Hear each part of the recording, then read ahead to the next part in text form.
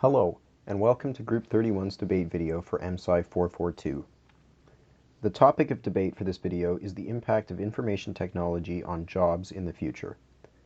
With all the advancements in IT, you could see how jobs can be affected for the better or worse, with some jobs becoming replaced by these advancements and other jobs being created.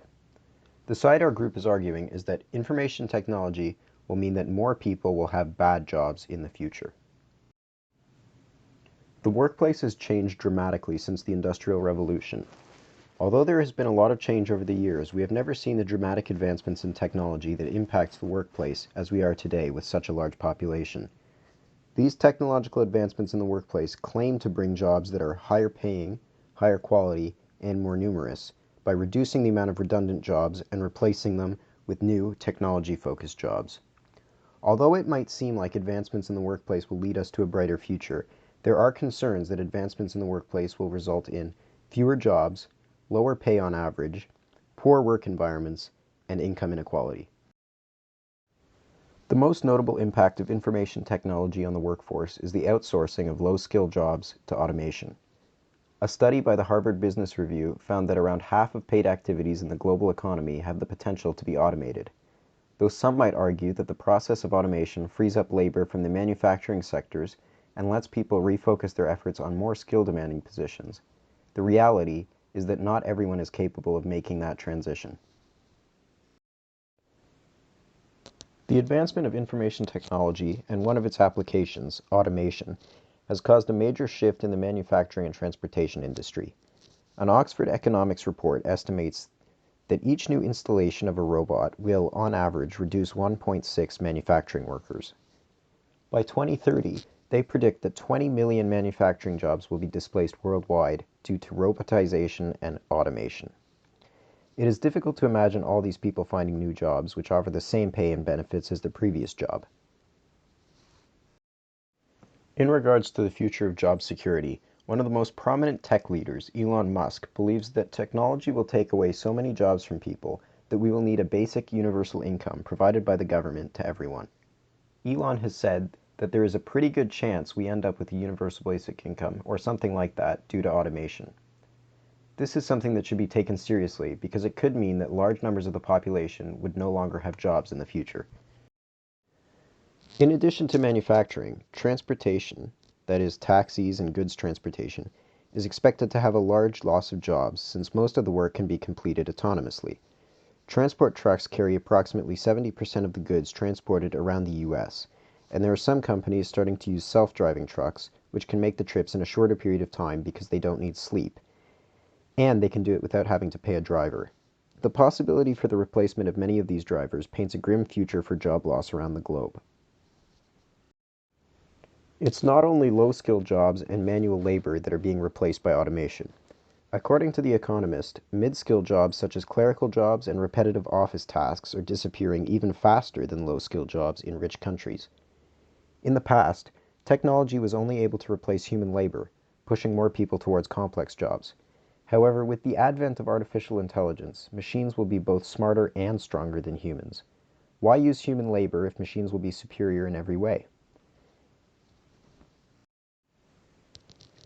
Examples of AI's computational superiority over humans are IBM's Deep Blue defeating Garry Kasparov at chess, and IBM Watson winning the first-place prize on Jeopardy against two champions, Brad Rutter and Ken Jennings.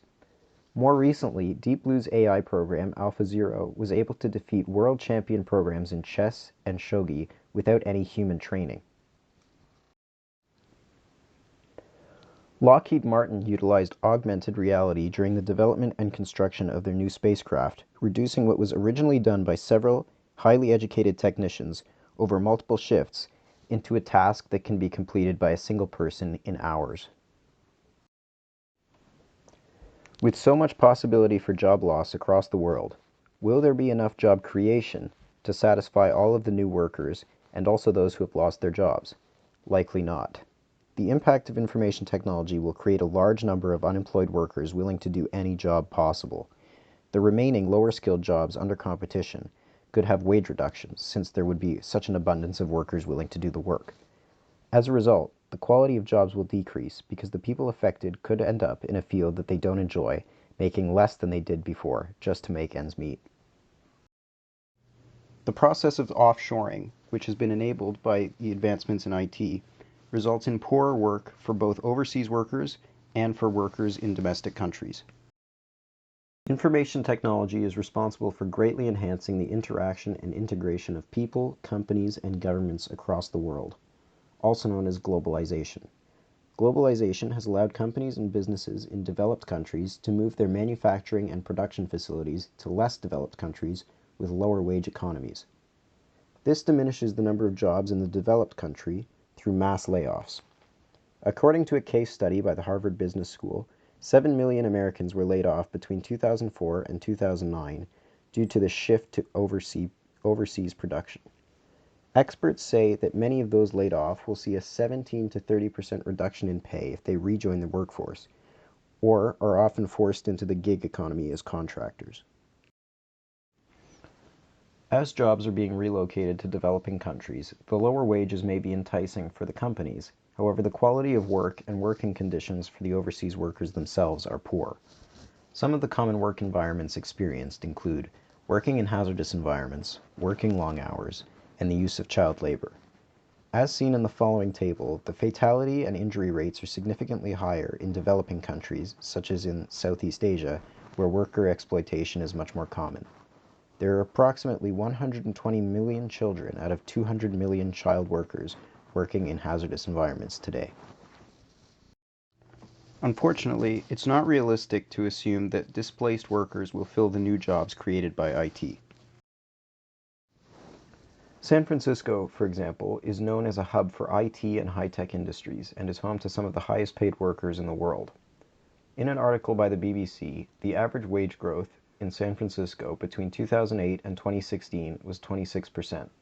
Yet nearly two-thirds of families living in San Francisco are classified as low income. Not everyone has the aptitude to benefit from the advantages that IT delivers. Those who don't benefit from the expansion of IT are left with financially unsustainable jobs and rising income inequality. What happens to all the manufacturing workers whose jobs have been eliminated? Can they simply move to San Francisco and become engineers and programmers? The statistics indicate that this is not possible. According to the U.S. Department of Labor, approximately half of all manufacturing and transportation workers laid off since 2008 remain unemployed 3 years later. Worse, only 3% enrolled in university or college to retrain for a new type of job. There are many possible reasons for this, but ultimately, suggesting that millions of middle-aged, high school-educated, established blue-collar workers return to school to become tech workers is unrealistic. As the stats show, almost none do, even when faced with unemployment.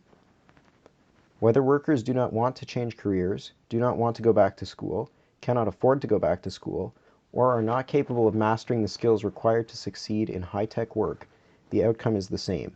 Low-skilled workers are steadily being eliminated from the workforce entirely and will not have jobs at all in the IT world of the future. In conclusion, it is clear that advancements in IT will result in more people having worse jobs in the future. Although we are only in the very early stages of this current industrial revolution, the statistics are already clear and will only get worse. Automation will eliminate millions of jobs, not only in low-skilled and labor-intensive industries, but even more alarmingly in middle-skilled and middle-income positions that make up the base of today's workforce.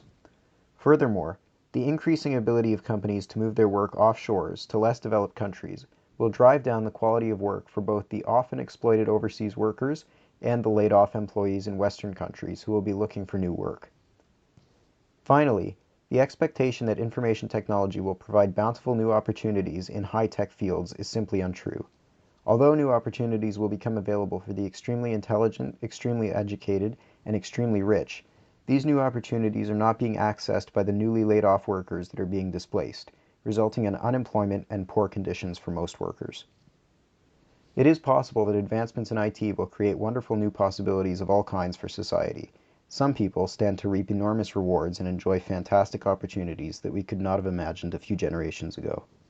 For most people, however, the work of tomorrow will be worse than the work of today.